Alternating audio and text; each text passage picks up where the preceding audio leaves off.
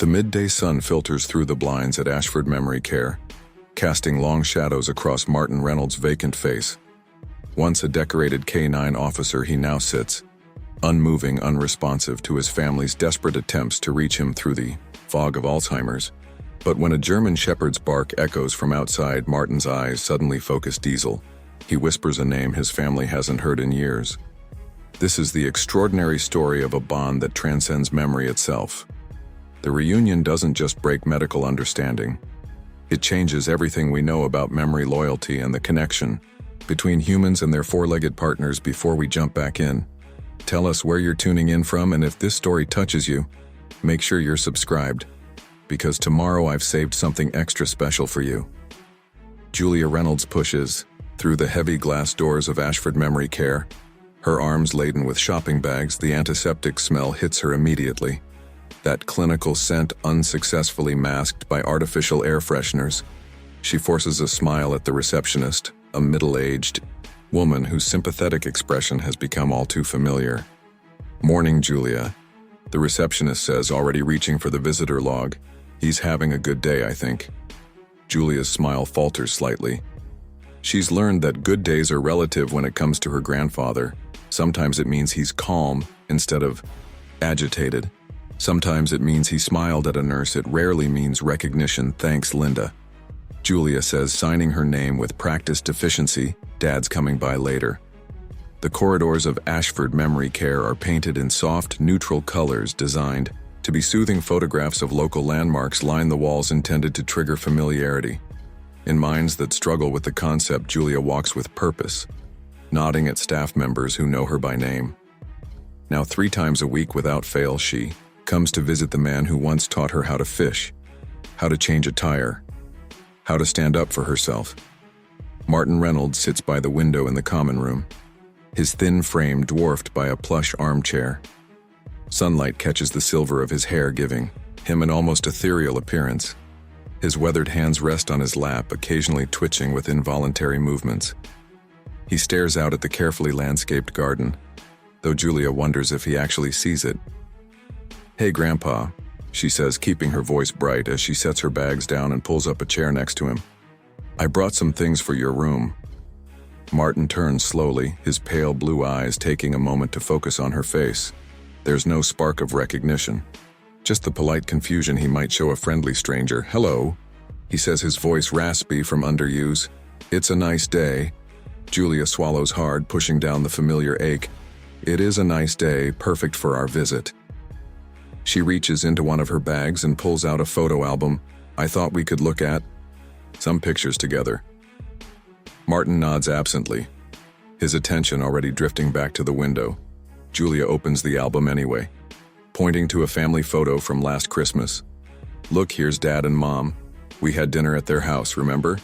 Kevin came home from Colorado."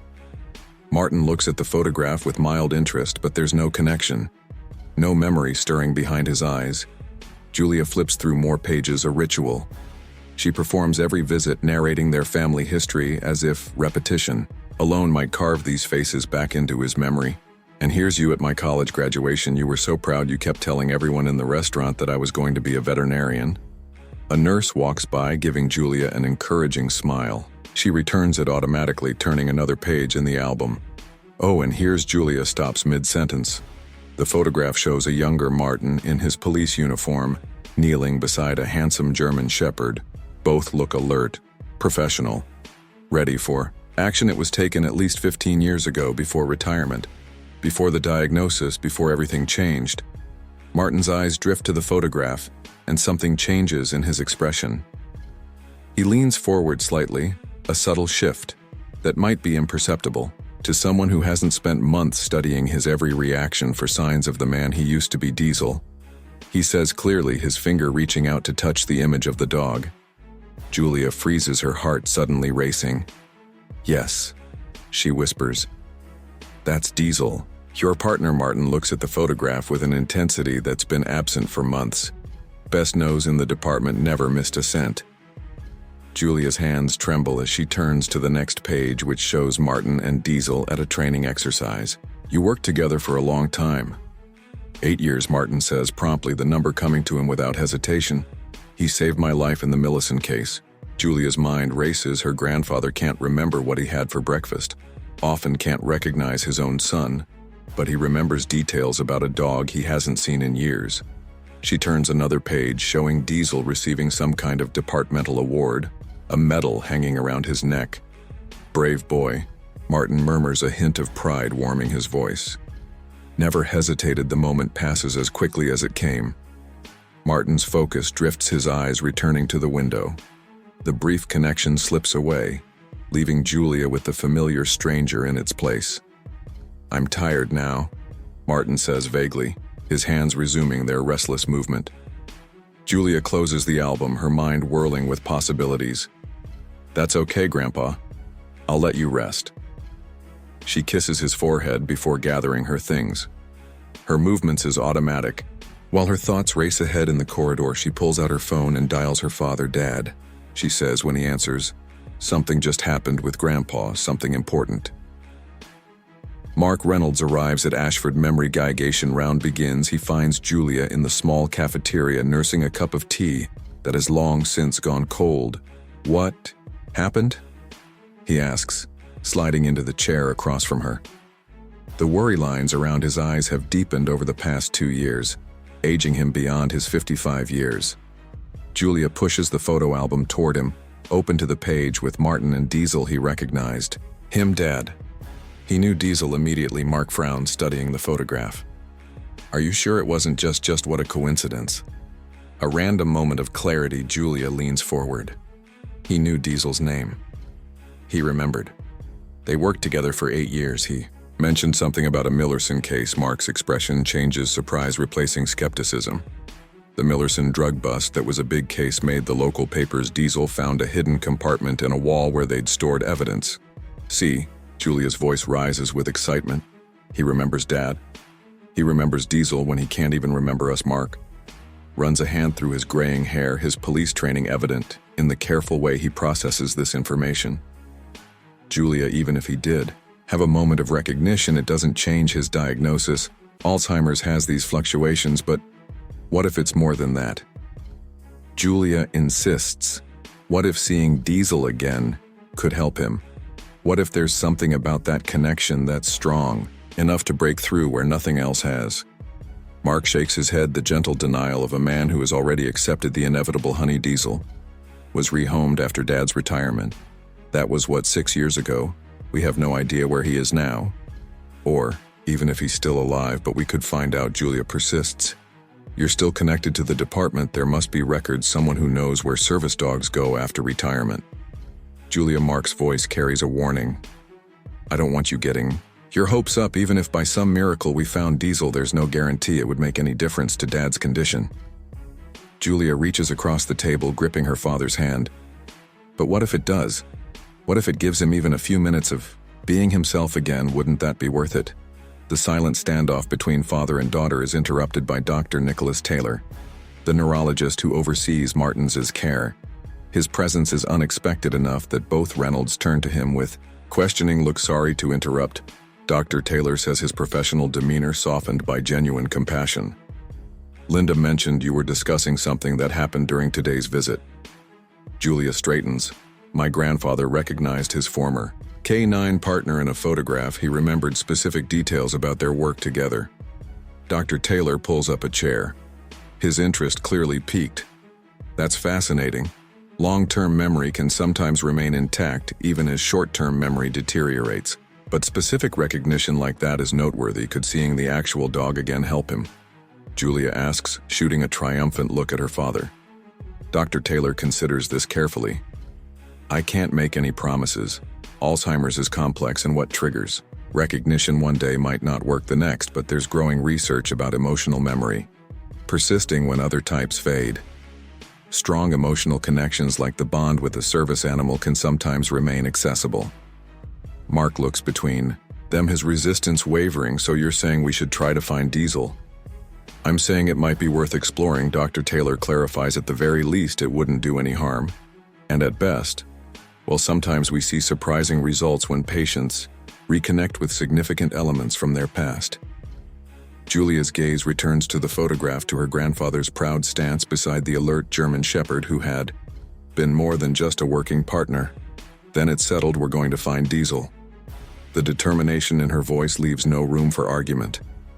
Mark's eye, recognizing the stubborn set of her jaw, the same expression their father used to get when he'd made up his mind about something. I'll make some calls, he concedes, but Julia, please, I know Dad, don't get my hopes up.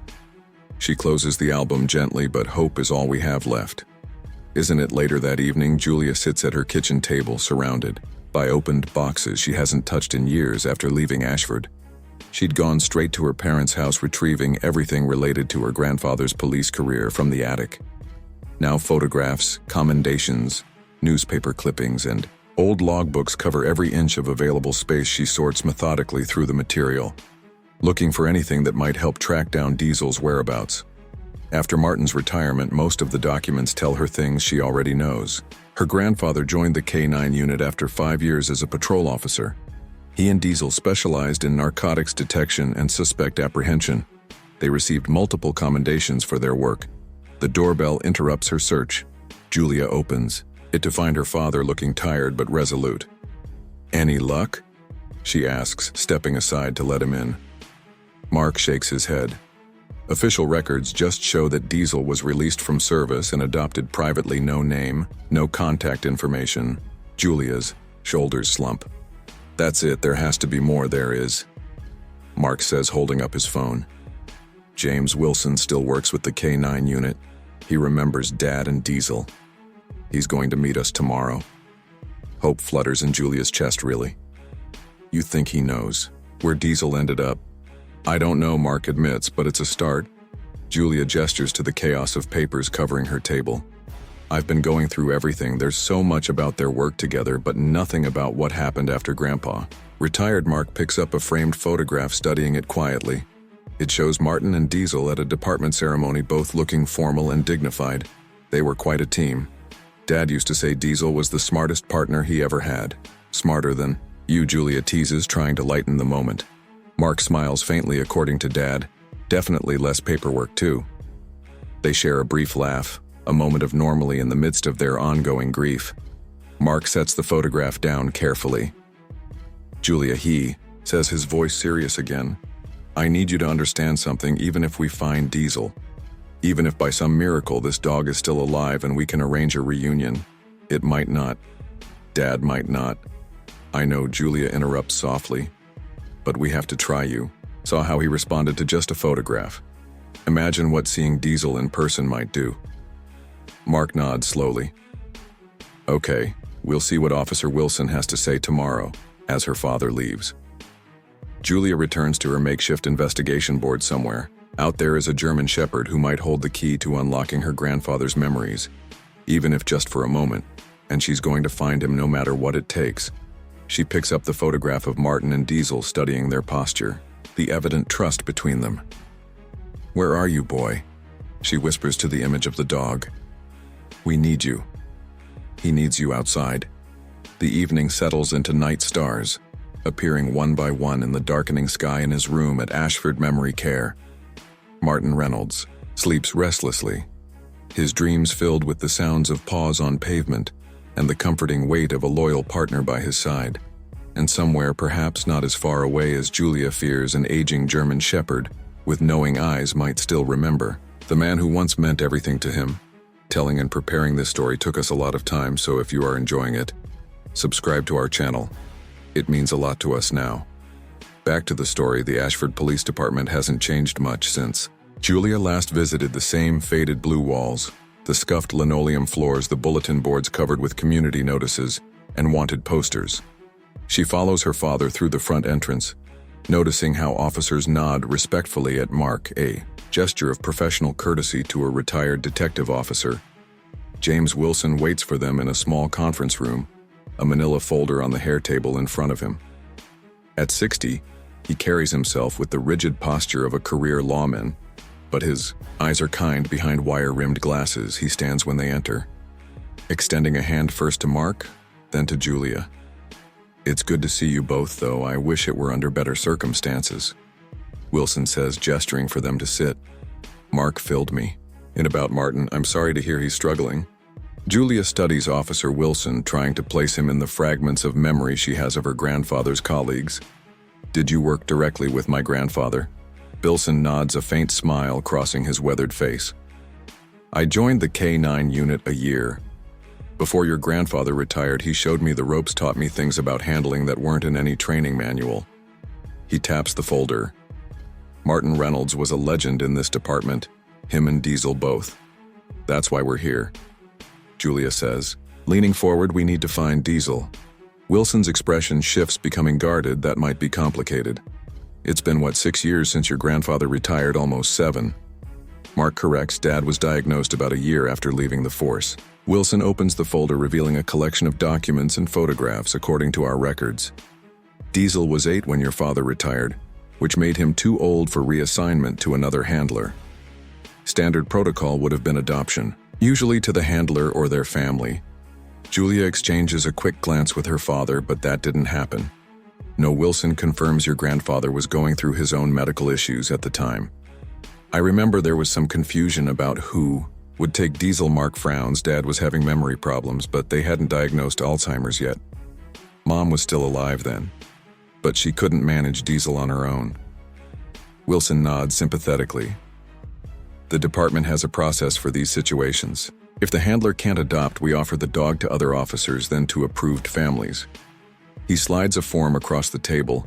This shows Diesel was adopted by someone named Deborah Wilson.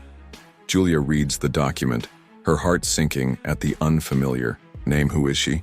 Does she still have him? No relation to me, despite the shared surname. Wilson says she was a neighbor of your parents at the time. According to this, she took Diesel when it became clear your father couldn't care for him anymore. Mark runs a hand through his hair, frustration evident. I remember her, lived across the street, older lady. I lost track of her after Mom died and we moved Dad to assisted living. Do you have any idea where she is now?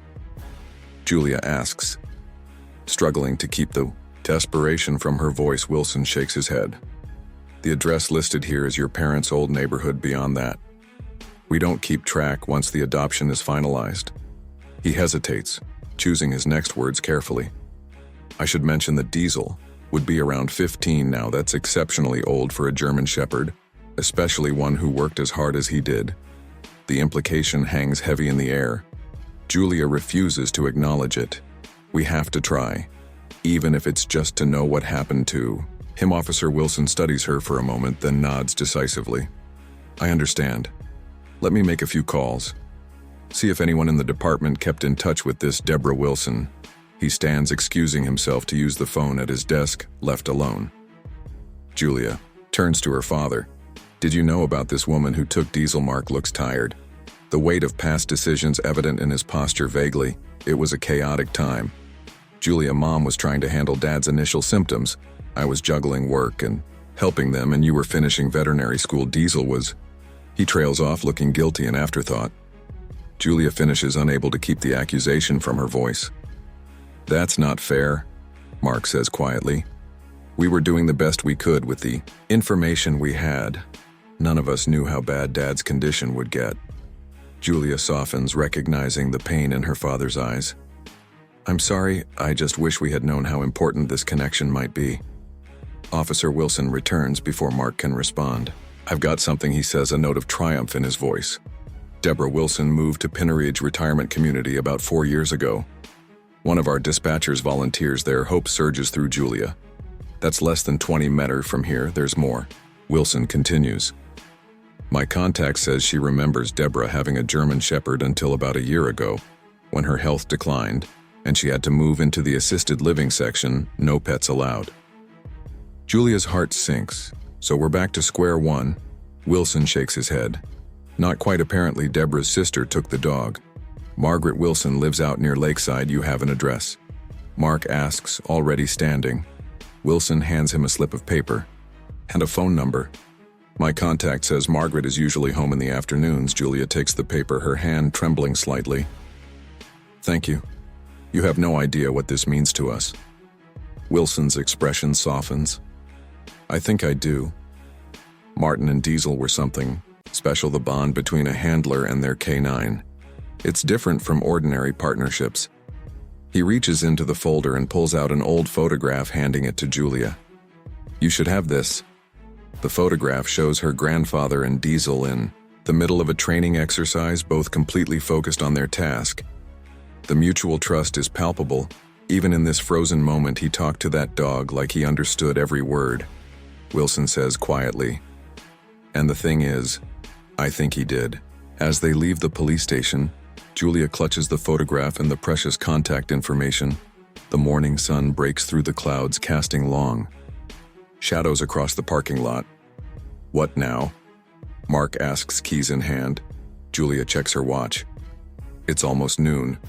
Let's try calling Margaret Wilson." Mark nods, dialing the number on his phone and putting it on speaker. After 4 rings, a woman's voice answers. "Hello, Mrs. Wilson." "Margaret Wilson," Mark begins. "My name is Mark Reynolds. My father is Martin Reynolds, the former police officer who owned Diesel." There's a pause on the other end of the line. "The police dog, my sister Deborah took him in years ago." "Yes," Julia chimes in. "We're trying to locate Diesel. It's very important." "May I ask why?" Margaret's tone is cautious. Protective. Mark and Julia exchange glances. "My father has Alzheimer's." Mark explains he recently recognized Diesel in a photograph. When he couldn't recognize his own family, we think seeing Diesel might help him. Another longer pause follows when Margaret speaks again. Her voice has softened. "I'm sorry to hear about your father. Deborah always spoke highly of him. Do you know where Diesel is now?" Julia asks, unable to contain herself any longer. "I took him when Deborah moved into assisted living," Margaret confirms. "But only temporarily. He was older, needed specialized care I couldn't provide. I found him a place at the Oakage Animal Sanctuary about 8 months ago." Julia scribbles down. "The name is that near Lakeside?" "Yes, just outside town. They specialize in senior animals and those with special needs. I visit him occasionally." He slowed down. "Quite a bit, but he's doing well considering his age." Relief floods through Julia. "Thank you so much, Mrs. Wilson. This means everything to us." After getting directions to the sanctuary, they end the call. Julia looks at her father, new determination in her eyes. "Oakage, we need to go." Now Mark hesitates. "Shouldn't we call first? Make sure they'll let us see him." "No time," Julia insists. "If we call, they might say no. If we show up in person with our story, how can they refuse the drive to Oakage Animal Sanctuary?" Takes 40 minutes winding through countryside roads that lead away from Ashford's suburbs. Neither Julia nor Mark speaks much, each lost in their own thoughts about what they might find, or whether they're pursuing false hope. Oakage turns out to be a sprawling property, more farm than facility, with several acres of fenced meadows and a cluster of barn-like structures. The main building is a renovated farmhouse with a cheerful sign proclaiming Oakage Animal Sanctuary, where every senior pet deserves dignity. They park in the small gravel lot and approach the reception area. A young man with kind eyes greets them from behind a counter cluttered with donation jars and pamphlets. "Welcome to Oakage. I'm Lucas Freeman. How can I help you today?" Julia steps forward. "We're looking for a dog who was brought here about 8 months ago, a German shepherd named Diesel." Lucas's expression shifts from welcoming to cautious. "Are you family of Margaret Wilson?" "No," Mark interjects. "We're connected to Diesel's original owner, Martin Reynolds." Recognition flickers in Lucas's eyes. "The police officer Margaret mentioned him when she brought Diesel in." "My grandfather," Julia confirms, "he has Alzheimer's now, but he recognized Diesel in a photograph recently. We believe seeing him might help trigger more memories." Lucas considers this information, clearly weighing policy against compassion. "I'll need to check with Melissa. Our behaviorist Diesel is one of our special cases. He's quite elderly now, and we're careful about who interacts with him." "Please," Julia says, emotion cracking her voice. "This is important." Lucas nods sympathetically. "Wait here, I'll page Melissa." As Lucas disappears into a back office, Julia paces the small reception area, examining the photos of success stories that line the walls. Elderly dogs lounging in sunny spots, cats curled in comfortable beds, even a few horses grazing in peaceful pastures. This seems like a good place. Mark observes his detective's eyes taking in the clean, well-maintained facility. Before Julia can respond, a door opens and a woman in her mid-40s enters, her auburn hair pulled back in a practical ponytail. She wears cargo pants and a polo shirt with the Oak Ridge logo, and her expression is both professional and kind. "I'm Melissa Bennett, animal behaviorist here at Oak Ridge." She introduces herself. "Lucas tells me you're inquiring about Diesel." Julia explains their situation again, watching Melissa's face carefully for signs of how she might respond when she finishes. Melissa's expression is thoughtful. "Diesel has been with us for 8 months. She says he's 15 years old, which is remarkable for his breed, especially given his working background. He's slowed down considerably, has some arthritis in his hips, and his hearing isn't what it used to be, but his mind is still sharp. Can we see him?" Julia asks. Melissa studies them for a moment. "Normally we have strict protocols about visitation, especially for animals that aren't up for adoption, but this is a unique situation." She makes a decision. "Follow me, I'll take you to him, but I need to be present for the interaction. His welfare is my primary concern." Relief floods through Julia as they follow Melissa through the building and out a back door that leads to a series of fenced enclosures. Each contains comfortable-looking doghouses, shade structures, and various enrichment toys. "We keep our senior dogs in these private yards during the day." Melissa explains they get regular walks and social time, but also plenty of rest. She leads them to an enclosure at the end of the row. Inside, lying on a padded bed beneath an oak tree, is a German Shepherd, whose dark muzzle is now frosted with gray. His ears perk up as they approach, and despite his obvious age, there's an alertness to his gaze that speaks to years of professional training. "Diesel," Melissa calls softly. "You have visitors." The old dog rises slowly, his movements careful but deliberate. He approaches the fence, his dark eyes studying the strangers with interest despite his gray muzzle and slightly stiff gait. His bearing still reflects his training. Dignified, attentive, evaluating. Julia kneels at the fence, her heart racing. "Diesel, do you remember the Reynolds family?" Diesel's ears twitch at the name, his head tilting slightly in the universal dog gesture of curiosity. "He might not remember you if he never spent much time with you," Melissa cautions gently. "But he might remember my grandfather," Julia says, looking up at Melissa with pleading eyes. "Could we bring him here?" Melissa hesitates, her professional judgment at war with the emotion of the moment. Bringing someone with Alzheimer's here could be disruptive for them and potentially stressful for Diesel, or it could be the breakthrough my father needs. Mark interjects. "We're not asking to take Diesel away, just a supervised visit here in your facility where he feels safe." Diesel watches this exchange, his intelligent eyes moving from one person to another as if following the conversation. Then unexpectedly he moves closer to the fence where Julia kneels and extends his nose toward her, sniffing carefully. "He's curious about you." Melissa observes her resolve softening. "That's a good sign." Julia remains still, letting the old dog investigate her scent. "We brought something," she says quietly, reaching slowly into her pocket to pull out a faded blue handkerchief. "It was my grandfather's. He always carried it."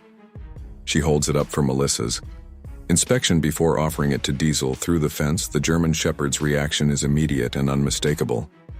He sniffs the handkerchief intently, then makes a soft whining sound, his tail beginning to wag. Melissa's eyebrows raise. "That's interesting. He definitely recognizes that scent. Does that mean we can try?" Julia asks, hope surging through her. Melissa sighs, then nods slowly. "We'll need to set it up properly. Controlled environment, minimal distractions, escape routes for both Diesel and your grandfather. If either becomes overwhelmed, she becomes businesslike. I'll need to check your grandfather's current condition with his care team. Get proper permissions from all parties." "Of course," Mark agrees quickly. "Whatever you need." "No, guarantees," Melissa warns. "This needs to be beneficial for Diesel as well. If he shows any signs of stress, we end the session." "Immediately understood," Julia says, relief making her voice tremble. "When can we do it?" "I'll need a day to make arrangements and consult with my team." Melissa says, "Can you bring your grandfather here the day after tomorrow morning is best? Our seniors tend to have more energy." Then as they finalize details, Julia keeps her eyes on Diesel, who is settled by the fence occasionally, sniffing the handkerchief she left for him. The old dog's eyes, though clouded slightly with age, still hold the alertness and intelligence that made him an exceptional police K9. "We'll see you soon, boy," she whispers as they prepare to leave, "and we're bringing someone special to see you." Diesel's ears prick forward at her voice, his head tilting as if trying to place a half-remembered sound for a moment. Julia can imagine him as he must have been in his prime, powerful, confident, the perfect partner for her grandfather when both were at the height of their abilities. Now they're both in the winter of their lives, slowed by age and circumstance. But perhaps the connection forged between them remains strong enough to break through even the fog of Alzheimer's, if only for a moment as they drive back toward Ashford. Preparations already forming in their minds, neither Julia nor Mark speaks the fear that haunts them both. What if it doesn't work? What if the spark of recognition Martin showed was just a fleeting anomaly, never to be repeated? Julia stares out the window at the passing landscape, clinging to the memory of Diesel's response to her grandfather's scent. That recognition was real, and where there's recognition, there's possibility it's going to work, she says finally, as much to convince herself as her father. It has to. Mark doesn't contradict her, but his hands tighten on the steering wheel, bearing the weight of cautious hope and the fear of yet another disappointment in a journey that has already held too many. The next 24 hours pass in a flurry of preparations. Julia and Mark divide responsibilities, each tackling different aspects of the upcoming reunion. Mark coordinates with Dr. Taylor and the staff at Ashford Memory Care, explaining the situation and securing necessary permissions. Julia works with Melissa at Oakage, planning every detail of the visit to ensure it will be comfortable for both Martin and Diesel by evening. Julia finds herself sitting at her kitchen table, once again surrounded by photographs of her grandfather and Diesel. She studies them carefully, looking for clues about their relationship, anything that might help maximize the chances of recognition. In one photo, Martin uses a specific hand signal that Julia hasn't seen before. In another, she notices a distinctive whistle hanging around her grandfather's neck. Her phone rings. It's her father.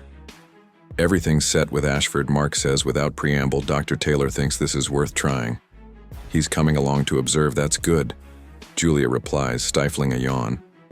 It's nearly midnight, but sleep feels impossible with so much at stake. Melissa called earlier. They're setting up a quiet room with minimal distractions. She suggested bringing familiar objects from Grandpa's past. "I've got his old jacket from the department, the one he wore during K9 training." Julia considers this. "Perfect. And I found some photos of specific commands he used with Diesel. We might need them." The conversation pauses, both aware of the unspoken question hanging between them. Will any of this actually work? "How's he doing today?" Julia asks finally. Mark sighs. "About the same. Didn't recognize me at first, kept asking for your grandmother." The pain in his voice is evident but controlled. "By the end of the visit, he called me by name." Though that's something Julia offers, though they both know these brief moments of clarity have become increasingly rare. Another silence stretches between them. Then Mark says what they've both been thinking. "Julia, we need to be prepared for this. Not to work for Diesel, not to remember him, or for Dad, not to respond the way we hope. I know," she says quietly, "but we have to try." The morning of the reunion dawns clear and cool. A perfect early autumn day. Julia arrives at Ashford Memory Care just as her father pulls into the parking lot. They meet at the entrance, exchanging tense smiles. "Ready?" Mark asks Julia. Nods, though. Ready feels like an impossible state. They've planned everything they can, but the outcome depends on factors beyond their control. The mysterious workings of a mind affected by Alzheimer's, the memory of an elderly dog, the strength of a bond formed years ago inside. They find Dr. Taylor waiting in the lobby, clipboard in hand. His professional demeanor is tempered by genuine interest in the experiment they're about to conduct. Martin's is having a relatively clear morning. He informs them he's dressed and had breakfast. Nurses say he's been calm, though he didn't recognize. "And them, did you tell him where we're going?" Mark asks. Dr. Taylor shakes his head. "I thought it might be better to keep it as a surprise. Too much anticipation could agitate him." They proceed to Martin's room, where they find him sitting in an armchair by the window, staring out at the garden. He's wearing khaki pants and a button-up shirt, his white hair neatly Combed for a moment, Julia sees a shadow of the commanding police officer he once was. "Good morning, Grandpa," she says cheerfully, approaching him with a smile. "We're going on a little field trip today." Martin turns to look at her, his expression pleasant but distant. "A trip?" "That's right, Dad," Mark says, holding up a light jacket. "We're going to visit a special place. You'll need this." Martin allows them to help him into the jacket and guide him to the waiting van. Dr. Taylor follows, carrying a bag containing Martin's medications and emergency supplies. The drive to Oakage takes longer than before, the van moving carefully to accommodate its fragile passenger throughout the journey. Julia watches her grandfather's face, searching for any sign of awareness or anticipation. Martin gazes out the window, occasionally commenting on the trees or the sky, but showing no understanding of where they're headed when they arrive at Oakage. Melissa is waiting for them in the parking lot. She approaches the van as they help Martin out, introducing herself with the practiced gentleness of someone accustomed to working with the elderly. "Mr. Reynolds, I'm Melissa.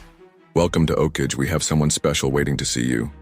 Martin nods politely, but his eyes drift past her to the buildings beyond. "Nice place," he remarks vaguely. They proceed slowly, allowing Martin to set the pace. Julia notices that the usual activity of the sanctuary seems subdued. Melissa has clearly arranged for minimal distractions during their visit. "We've prepared a quiet room for the introduction," Melissa explains softly to Julia and Mark. "Diesel is already inside with Lucas. He's calm, had a good night's rest, and we did some gentle stretching exercises for his arthritis this morning." They reach a door marked Visitation Room. Melissa pauses, her hand on the doorknob. "Remember, no sudden movements or loud noises. If either of them shows signs of distress, we'll end the session." "Are we ready?" Julia and Mark exchange a glance, then nod. Dr. Taylor positions himself slightly apart, clipboard, ready to document whatever happens next. "Mr. Reynolds," Melissa says, addressing Martin directly. "There's someone in here who used to know you very well. Would you like to say hello?" Martin looks confused but not agitated. "All right," he agrees with the docile compliance that has become characteristic since his illness progressed. Melissa opens the door. The room beyond is simple but comfortable. A small sofa, several chairs, soft lighting, and windows that look out onto a private garden area. In the center of the room, seated calmly beside Lucas, is Diesel. The German Shepherd's ears immediately prick forward as the door opens. His dark eyes fix on the group entering, scanning each face with the assessment of a trained police dog. When his gaze reaches Martin, he becomes completely still, his focus absolute for a moment. No one moves. Julia holds her breath, watching her grandfather's face for any sign of recognition. Martin stares at Diesel, his expression unchanged. Then slowly, Diesel rises to his feet. Despite his age and stiffness, he moves with purpose, taking a step toward Martin. Lucas keeps a loose hold on his leash, allowing the approach but ready to intervene if necessary. "There's a dog," Martin observes, stating the obvious. There's no indication that he recognizes Diesel as anything other than a random animal. Julia's heart sinks. Mark places a supportive hand on her shoulder, sharing her disappointment, but Diesel continues his approach, moving deliberately until he stands directly in front of Martin. The old dog lifts his nose, sniffing Martin's hand, then his clothes. He makes a soft sound in his throat. Not quite a whine, not quite a bark. Martin looks down at him with mild interest. "Hello, dog," he says politely. Melissa glances at Julia and Mark, her expression suggesting they might need to accept that this experiment has failed, but she doesn't intervene. Yet, allowing the interaction to continue a bit longer, Diesel sits directly in front of Martin, his posture formal, almost military in its precision. He looks up at Martin's face, ears forward, waiting. Julia remembers something from the photograph she studied, Dad. She whispers to Mark. "The command whistle, do you have it?" Mark fumbles in his pocket, producing a tarnished metal whistle on a worn lanyard. He hands it to Julia, who approaches slowly. "Grandpa," she says gently, "I found something of yours. Do you remember this?" She places the whistle in Martin's hand. He looks at it curiously, turning it over in his fingers. "A whistle," he says, showing no particular recognition. "You used to use it." Julia prompts for commands. Martin continues examining the whistle, his brow furrowing slightly, as if trying to grasp at something just beyond his reach. Then unexpectedly, he raises the whistle to his lips and produces a sharp, distinctive sound, a specific pattern that Julia doesn't recognize. The effect on Diesel is immediate and extraordinary. The old dog instantly changes position, moving from sitting to a perfect down posture, his eyes never leaving Martin's face. The room goes completely still. Martin stares at Diesel, his expression changing from polite disinterest to something harder to define, confusion perhaps, or the first stirrings of recognition. "He listened," Martin says, sounding surprised. "He did what I told him?" "Yes," Julia says, her voice trembling with emotion. "He knows your commands." Martin looks at the whistle again, then back at Diesel. Something shifts in his eyes, a shadow lifting, a door opening somewhere in the depths of his mind. "Stand," he says suddenly, his voice taking on a tone of authority that has been absent for months. Diesel immediately rises to a standing position, still maintaining perfect focus on Martin. "Check." Martin commands next, using a term that means nothing to Julia but clearly communicates to Diesel, who begins to systematically move around the room, sniffing deliberately at corners and under furniture, just as he would have done when searching for contraband during his working days. Julia exchanges an astonished glance with her father, whose eyes have filled with tears. Dr. Taylor is scribbling furiously on his clipboard, documenting this remarkable interaction. Martin watches Diesel complete his check of the room, a strange expression crossing his face, confusion mingled with something like wonder. When Diesel returns to stand in front of him, Martin reaches out a hesitant hand. "Good boy," he says softly, then more firmly, "Diesel, good boy, Diesel."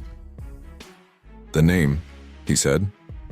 "The name," Diesel responds with a soft whine, pressing his head against Martin's hand.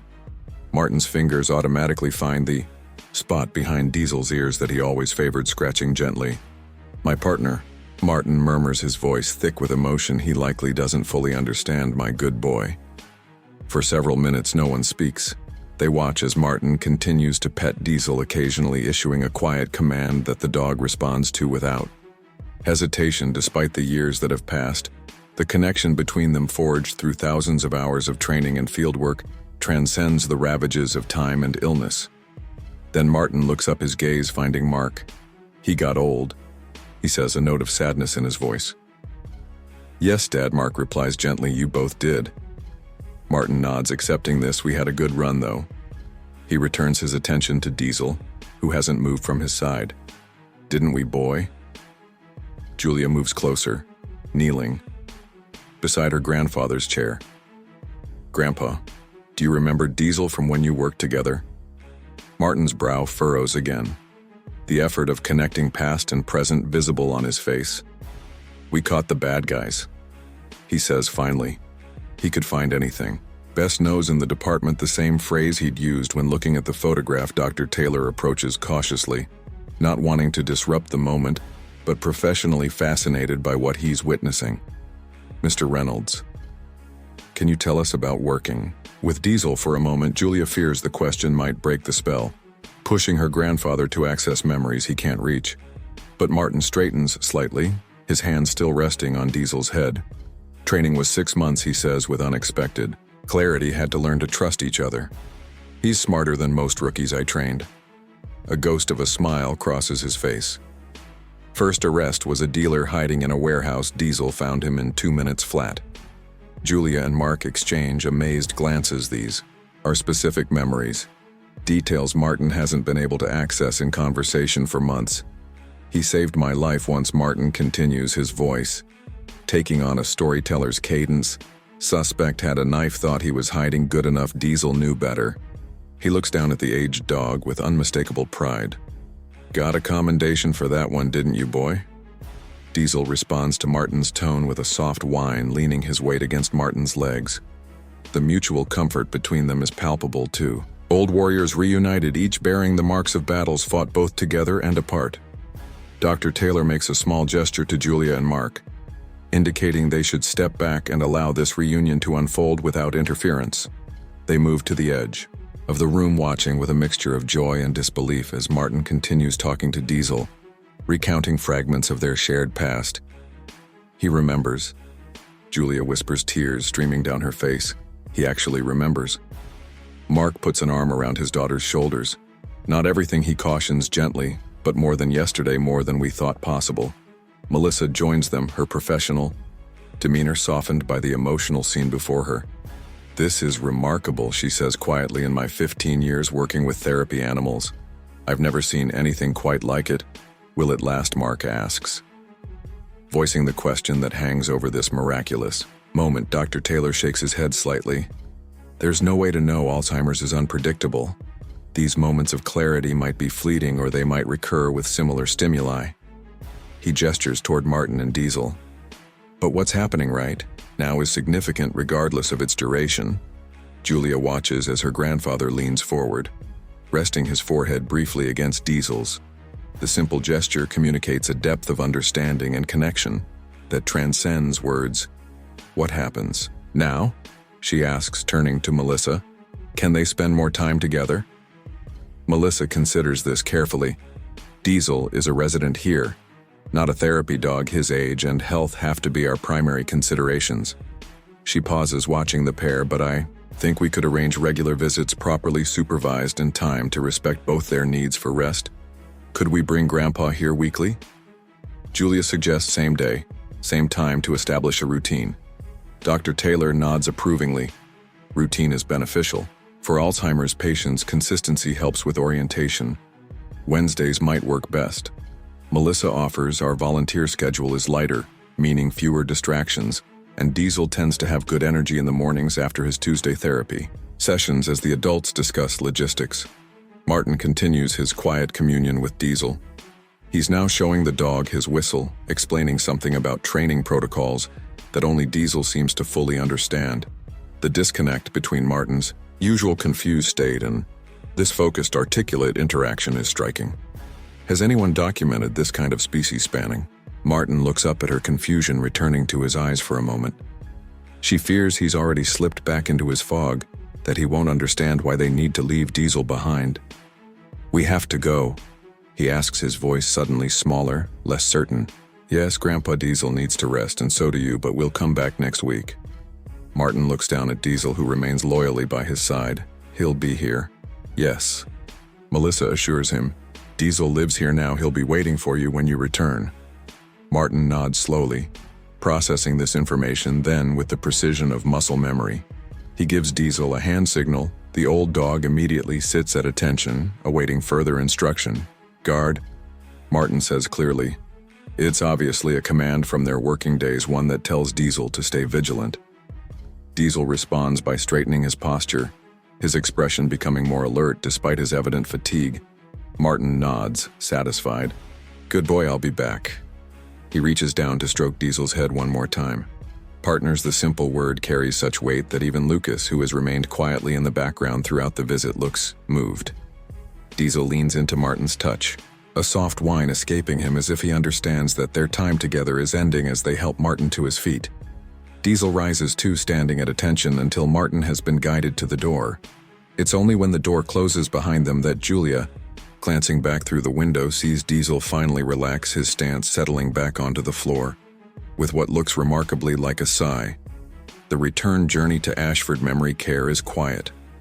Martin dozes in the van, exhausted by the emotional and mental exertion of the visit. Julia and Mark exchange occasional glances, each afraid to voice the question, burning in both their minds. Will he remember any of this tomorrow? Dr. Taylor breaks the silence as they near Ashford. "What we witnessed today was extraordinary," he says quietly. "I'd like to document it properly. Perhaps even publish a case study if you're amenable." Mark looks skeptical. "You think anyone would believe it with proper documentation and continuing observations?" "Yes, this could help other families, other patients." Dr. Taylor glances at Martin's sleeping form. What triggered his recognition wasn't just seeing Diesel, it was engaging in their working patterns, the whistle, the commands, the routines they established over years of partnership. Julia considers this. "You think we could use that, somehow create more moments like today?" Possibly. Memory is complex, especially with Alzheimer's.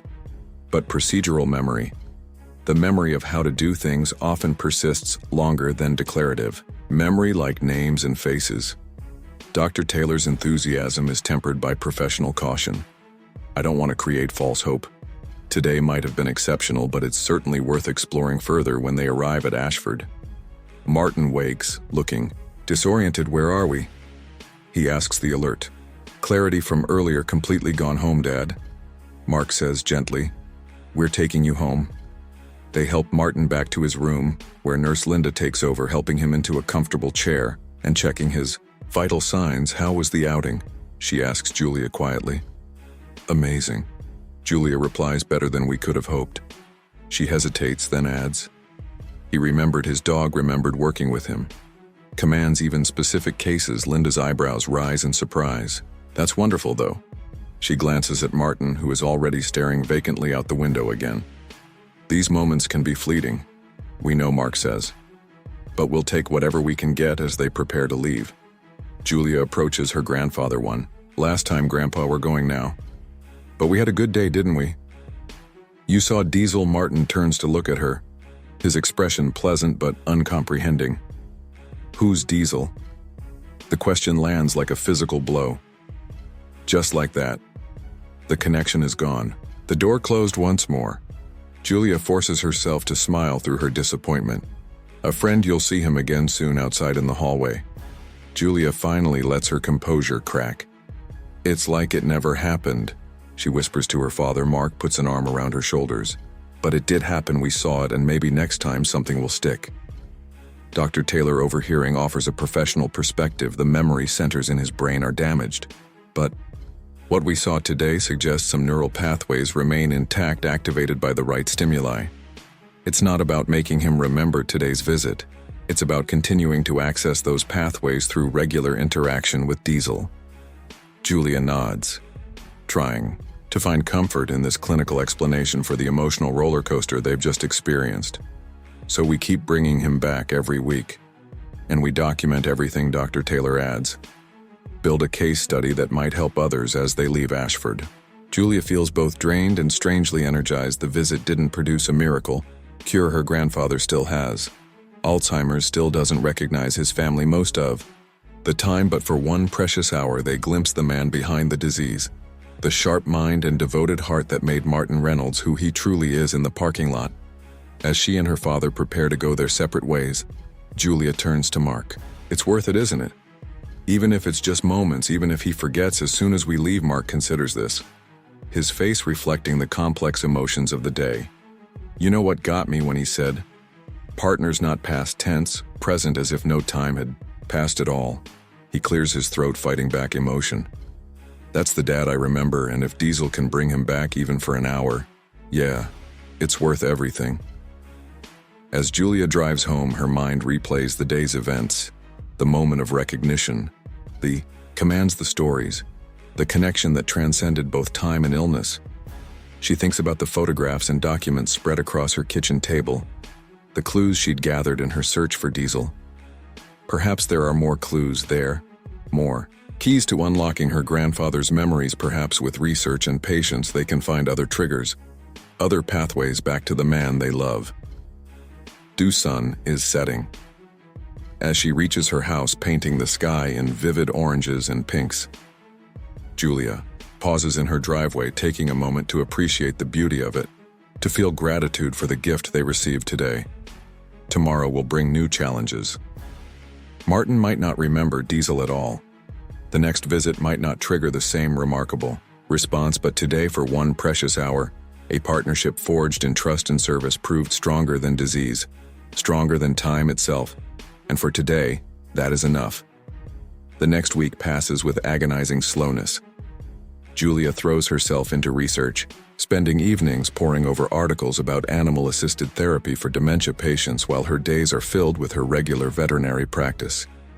Each night she adds new findings to a binder labeled Project Diesel, organizing information that might help maximize the impact of future visits. Mark focuses on the practical aspects, coordinating with Ashford staff to ensure Martin's schedule accommodates the weekly trips he meets with Dr. Taylor twice to review plans and expectations, careful not to let hope overshadow reality. When Wednesday finally arrives, Julia wakes before dawn, anxiety and anticipation making sleep impossible.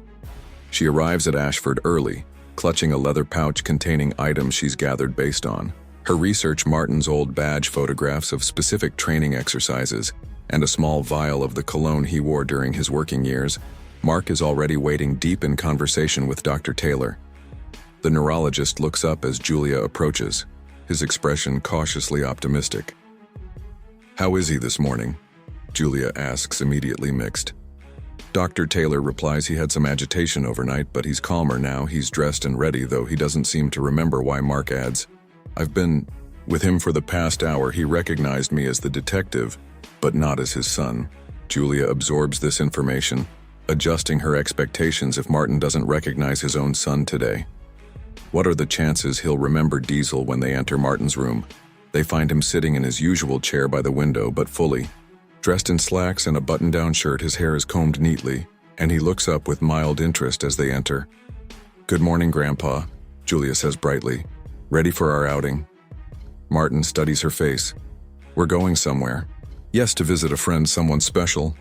His brow furrows slightly. "I don't have friends anymore." The simple statement, delivered without self-pity, just as a matter of fact, breaks Julia's heart.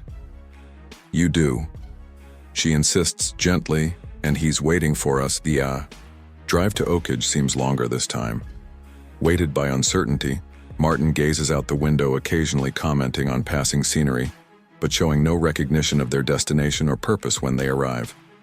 Melissa greets them with professional warmth. "Good morning, Mr. Reynolds. Welcome back to Oakage." Martin nods politely, viewing her as a stranger. Julia shares a concerned glance with her father. If Martin doesn't remember Melissa, will he remember Diesel? They're led to the same quiet room as before. This time, Diesel is already waiting inside, resting on a comfortable pad near a sunny window. The German Shepherd lifts his head as they enter, his dark eyes immediately finding Martin. Martin pauses in the doorway, his expression blank. There's a dog, he observes, just as he did the week before. Julia and Mark exchange disappointed glances. They're back to square one, but Melissa doesn't seem concerned. "Why don't you sit down, Mr. Reynolds?" she suggests, guiding him to a chair near Diesel. Sometimes it takes a moment for connections to form. Martin sits obediently, watching Diesel with polite interest, but no recognition. Julia approaches, kneeling beside her grandfather's chair. She opens the leather pouch and removes the command whistle, placing it in Martin's hand. "Grandpa, do you remember this?" Martin examines the whistle, turning it over in his fingers. Unlike last week, there's no spark of familiarity in his eyes. "A whistle," he says simply. Julia tries not to let her disappointment show. "It's your special whistle for giving commands. Would you like to try it?"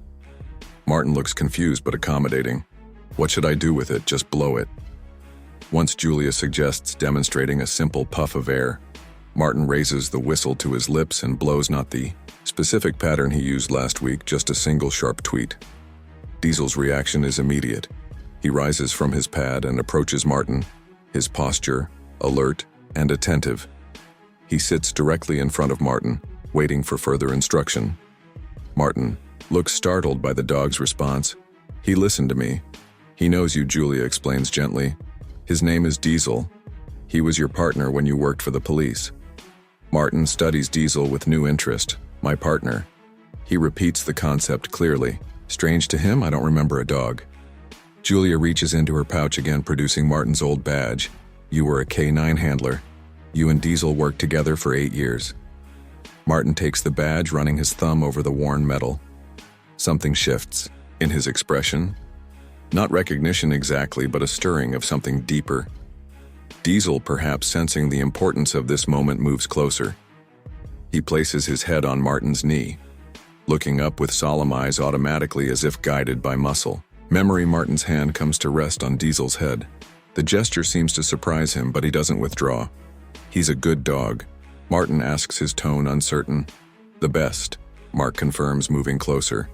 "Dad, do you remember training with Diesel, the obstacle courses at the department?" Martin shakes his head slowly, still petting Diesel. I can't see it." Julia tries a different approach. From her pouch, she withdraws a small cloth spritzed with Martin's old cologne. "Grandpa, this might help your memory." She places it near him, allowing the scent to reach both Martin and Diesel. The effect is subtle, but noticeable. Diesel's tail begins to wag more vigorously, and he presses closer to Martin. Martin inhales deeply. his expression changing as the familiar scent registers. "I wore this," he says, sounding surprised every day. "Yes." Julia confirms. "When you were working." "When you were with Diesel." Martin continues petting Diesel, his movements becoming more natural, less hesitant. "We worked together." He repeats, not quite a question, not quite a statement. Dr. Taylor, who has been observing quietly, makes a note on his clipboard. "Mr. Reynolds does Diesel remind you of anything specific, any particular day or event?" Martin's brow furrows with concentration. The effort of trying to access locked memories is visible on his face. "There was rain," he says. "Finally. A lot of rain. We were wet." The statement is so unexpected that Julia and Mark exchange confused glances. Neither recalls Martin mentioning a rainy day incident during the previous visit. Lightning. Martin continues, his voice growing stronger. "Thunder made." The other dog's nervous, not Diesel, steady as a rock. Mark leans forward. "Dad, are you talking about the Miller case, the standoff during that big storm?" Martin doesn't answer directly, but his hand moves to scratch behind Diesel's ear in exactly the spot the dog prefers. "Had to wait 6 hours in that drainage ditch, soaked to the bone." This guy never complained once. He looks down at Diesel with clear affection. "Best partner I ever had." The room falls silent as everyone absorbs what's happening. Unlike the previous visit, Martin hasn't suddenly regained full clarity about his relationship with Diesel. There's still confusion in his eyes, still uncertainty about where and when he is. But fragments of memory are surfacing, different ones from last week, specific and detailed. The memory patterns are fascinating. Dr. Taylor murmurs to Melissa, "Not linear, not comprehensive, but authentic and detailed. Like accessing random files, rather than a sequential narrative." Melissa nods. "It's similar to what we see in therapy sessions with veterans. Sensory triggers, accessing isolated memories rather than complete timelines." Martin continues speaking now, telling Diesel about a training exercise involving underwater recovery. The details are precise water temperature, visibility conditions, the specific commands used. But his narrative jumps erratically between times and places, blending different incidents into a fragmented mosaic. Julia realizes they're witnessing something both precious and heartbreaking. Not the dramatic breakthrough of the first visit, but something perhaps more realistic. Martin isn't miraculously cured, but in Diesel's presence, pathways to specific memories become accessible, allowing glimpses of the man he was. The session continues for nearly an hour. Some moments are remarkable. Martin demonstrating hand signals that Diesel immediately responds to recalling the names of other handlers from the K9 unit, describing training techniques in detail. Other moments are frustrating. Martin suddenly asking where they are, not recognizing Mark, or Julia becoming briefly agitated when he can't place a memory that feels just out of reach throughout it all. Diesel remains steadfast, his calm presence seemingly anchoring Martin even during confused moments. When Martin becomes frustrated, Diesel presses closer, drawing his attention back with a gentle nudge or a paw on his knee. As the hour draws to a close, Martin shows signs of fatigue. His sentences become less coherent, his focus wandering. Dr. Taylor signals that it's time to end the session. "Mr. Reynolds," he says gently, "it's time for us to head back to Ashford now, but we'll visit Diesel again next week." Martin looks down at Diesel, genuine sadness crossing his face. "He can't come with us. He lives here now," Julia explains softly. "But we'll come back to see him, I promise." Martin nods slowly, processing this information, then surprising everyone, he turns to Melissa. "You'll take care of him. He needs his special food, sensitive stomach." Melissa glances at Julia, who nods in confirmation. "Diesel did indeed have dietary restrictions during his working years. We take excellent care of him." Melissa assures Martin special food, and all this project has become more than just an attempt to help her grandfather. It's evolving into a map of his life, a collection of the experiences and connections that made him who he was. And even if Martin can access only fragments of that life at any given time, those fragments are precious beyond measure to those who love him. As she drives home, Julia finds herself talking aloud as if Diesel was sitting beside her in the passenger seat. "We're getting through to him, buddy. One memory at a time. He's still in there, and somehow you're helping us find him." 4 weeks into their Wednesday routine, patterns begin to emerge. Each visit to Oakage brings different memories, different connections, different versions of Martin emerging from the fog of Alzheimer's. Some days are better than others. The third visit brought barely any recognition, while the fourth sparked vivid recollections of a drug bust near the harbor that even Mark had forgotten today. Marks their fifth visit, and Julia arrives at Ashford with cautious optimism. She's learned not to expect consistency, not to measure success by the standards of that first miraculous reunion. Instead, she treasures each moment of connection, each fragment of memory, each glimpse of the grandfather she knew in the lobby. She finds not just Mark and Dr. Taylor waiting, but also Nurse Linda, who rarely leaves the facility during working hours. Is everything okay? Julia asks immediately, fear clutching at her chest. Bad days with Alzheimer's can be truly bad. Agitation, aggression, complete disorientation. Linda smiles reassuringly. Everything's fine, better than fine, actually. Dr. Taylor asked me to come along today to observe. I spend more time with your grandfather than anyone else, so I might notice changes. The rest of you, miss? Changes? Julia repeats, turning to Dr. Taylor with questioning eyes. The neurologist tempers his response with professional caution. Nothing dramatic, but there are some interesting patterns emerging. Martin's sundowning episodes have decreased on Wednesdays and Thursdays.